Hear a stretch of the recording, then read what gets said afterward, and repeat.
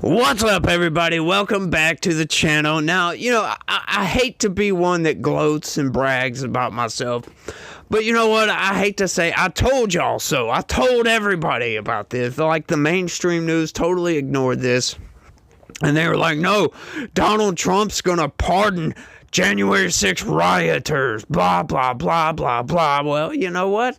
He never said that. To be factual, he never said that. Check this out, y'all.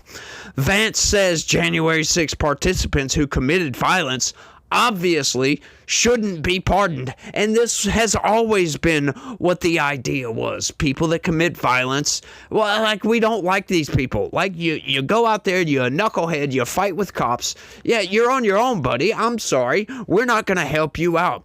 However, what we've been screaming about this entire time is the people that were peacefully protesting got trespassing charges, for crying out loud, just for walking into the Capitol and walking around and walking right back out when they were allowed to go in by police officers, right? Like, some of the people that were actually charged with this, like, they don't get that time that they spent in jail. They don't get that time back. So I think there needs to be a recompense for this, if you know what I mean, from the government, because you don't get to just arrest innocent people, throw them in jail, and then when it comes time to go to court, say, oh, no, sorry, we were wrong. Yeah, I'm sorry, that doesn't work. I know that happens constantly. People are found not guilty. And I think they need to be paid reparations for that, if you know what I mean. Like you don't get to waste our time and then get off scot-free. Right? I'm sorry, that's just not how reality works. I know that is how reality works. But that's not how it should work. I'll put it that way. Let's get into this thing, because the framing of Time magazine is insane, y'all. Check this out. Vice President-elect J.D. Vance says people responsible for the violence during the Capitol riot obviously should not be pardoned, as President-elect Donald Trump is promising to use his clemency power on behalf of many of those who tried on January 6, 2021 to overturn the results of the election that Trump lost. See how they, you gotta love how they frame this. Oh, the people that were trying to overturn the results. That's not what they were doing at all. They were there protesting the certification of the electors. That's what they were doing. They weren't trying to stop them from doing it. Sure, there was a small group, an extremist group, that had, some sort of a plan to try to stop this. But it wasn't implemented very well, I'll put it that way. And those people, yeah, they deserve to go to prison, right? That's seditious conspiracy. You can't conspiracize. I know that's probably not a word, but, I love making up words around here. You can't go and start a conspiracy and then try to implement that idea and expect to get away with it. Like, I'm sorry, regardless of how well it was implemented or not, how successful you were, it doesn't really matter. Seditious conspiracy is illegal, and those people should serve time for that. Now, some of those people are getting 20 years. Do I think that's right? Yeah, I don't know. I don't think so. I think that's quite extensive. 20 years. There are people that have committed murder that don't get that much prison time, for crying out loud. That's crazy to me. That is outright crazy. But the way they frame this, like, all those people were trying to overturn the results. They were protesting the certification. Those are very different things. Although the corporate press, they can't seem to understand that those are very different things. But let's keep going. Vance insisted in an interview on Fox News Sunday that the pardon question is very simple, saying those who protested peacefully should be pardoned, and if you committed violence on that day, obviously you shouldn't be pardoned. He later said, well, actually it was right after that there was a bit of a gray area in some cases. As a matter of fact, because they didn't put out the entire clip, I'm going to go ahead and play that clip right now in its entirety. Try to get through a lightning round so I can get to a few more things with you. January 6th pardons, President Trump says there's a process. Where is the line drawn on who will and wouldn't be considered for a pardon? I think it's very simple. Look, if you protested peacefully on January the 6th and you've had Merrick Garland's Department of Justice treat you like a gang member, you should be pardoned. If you committed violence on that day, obviously you shouldn't be pardoned. And there's a little bit of a gray area there, but we're very much committed to seeing the equal administration of law. And there are a lot of people, we think, in the wake of January the 6th who were prosecuted unfairly. We need to rectify that. All right. Trump said he would issue pardons to rioters on day one. No, he didn't. This is not true, right? This is blanket what the corporate press does. They call everybody involved in January 6th a rioter. Well, that's not what they are they? There were peaceful protesters that were caught up in the violence, that committed no violence, that were there just to protest, for crying out loud, that got sent to jail, charged, sent to prison for peacefully protesting. That's not what this country should be about. Our foundations of this country are free and open criticism of our government. We get First Amendment rights. When you arrest people for speaking their mind, yeah, we've got a major problem in this country, and that is something that has been going on for a while. Now, we've parsed out the difference between your freedom of speech and the First Amendment. Those are very different things. When it comes to the government shutting down voices, yeah, that's First Amendment violations right there. But you can also have your freedom of speech violated, and I think we need to discern between these two things because they get conflated constantly, especially with social media. Right, we've talked about this at length, especially recently with Zuckerberg coming out saying they're going to get rid of the Meta fact checkers because the fact checkers have brought more negativity than they have done anything good. Right, because they're way too partisan. So a lot of people have been getting their freedom of speech violated on social media for years and years and years, right? And we know the difference between bullying, blah, blah, blah, blah, blah, and freedom of speech. Yes, we know those differences. We know you can't just go around bullying people, although what some people consider bullying is not really bullying, right? It's just, hey, I got a criticism of you.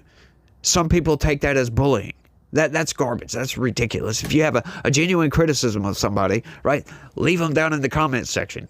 I'm open and welcome to all criticisms. I could care less. You don't like my voice? Criticize me for that. And of course, I can't do nothing about it, so good luck with that. If you have a criticism of how I put my videos together, you think I should write a script. Yeah, I'm sorry. I'm not going to write a script.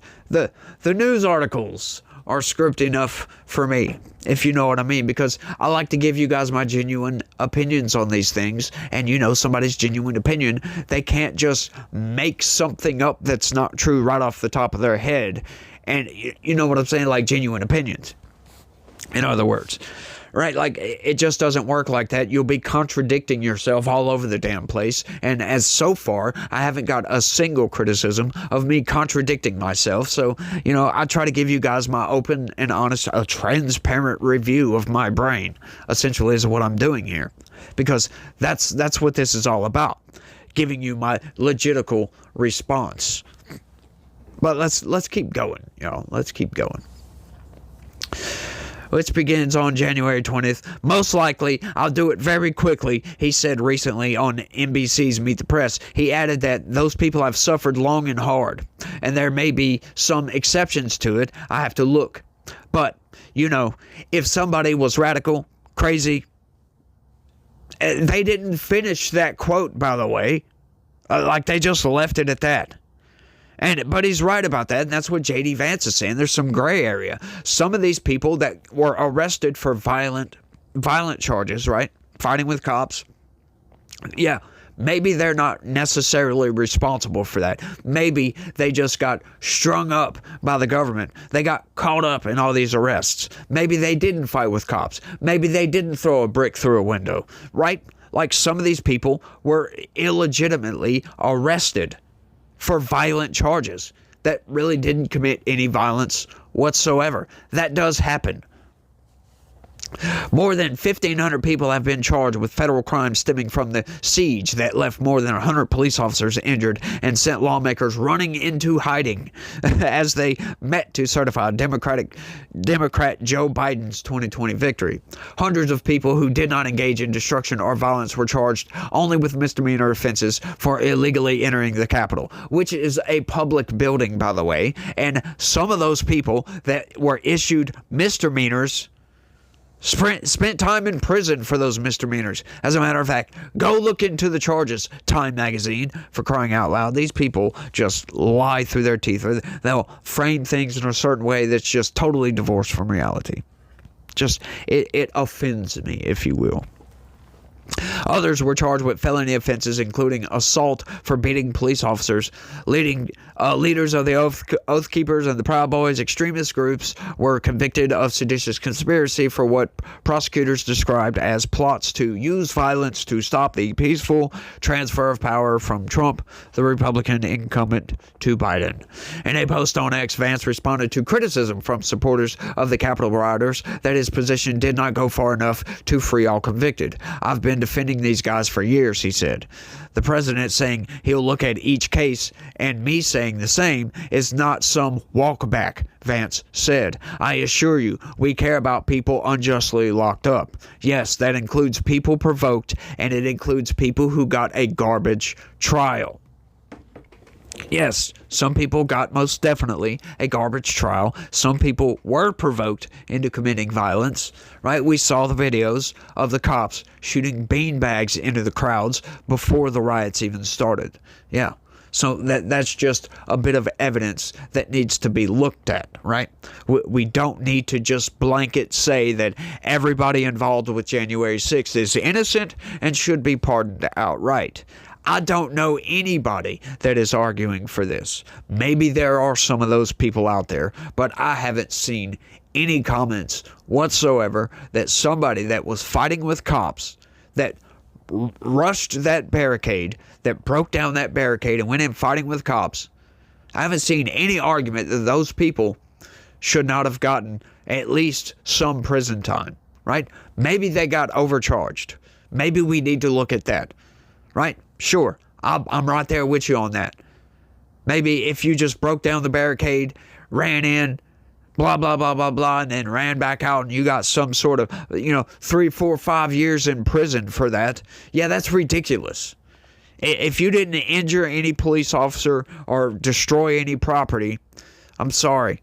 If you're getting years in prison for this, yeah, that's wrong. Anybody that gets that's a similar charge for doing a similar thing, yeah, that's wrong outright. But that doesn't mean that they didn't do something wrong and that they should have gotten some sort of prison time, right? I totally agree. You fight with cops, you go to jail. It's against the law, you go to jail. That's just it. But we can all agree that definitely there's a lot of people that were absolutely railroaded by the federal government, that got caught up in this weaponization of the federal government, that they just went after Trump supporters, that went after these January 6 protesters for no good reason except that they support Trump. And they were there in Washington, D.C., on the Capitol grounds on January 6th. There's grandparents, old people that just walked into the Capitol, that were allowed to walk into the Capitol by Capitol police officers, that were arrested and served time in prison. I can't get over that we have political prisoners in the United States. We're supposed to be well above this. But, human nature is very hard to change. And some people get pissed off. And, they don't want to get ostracized by this left-leaning voice over here.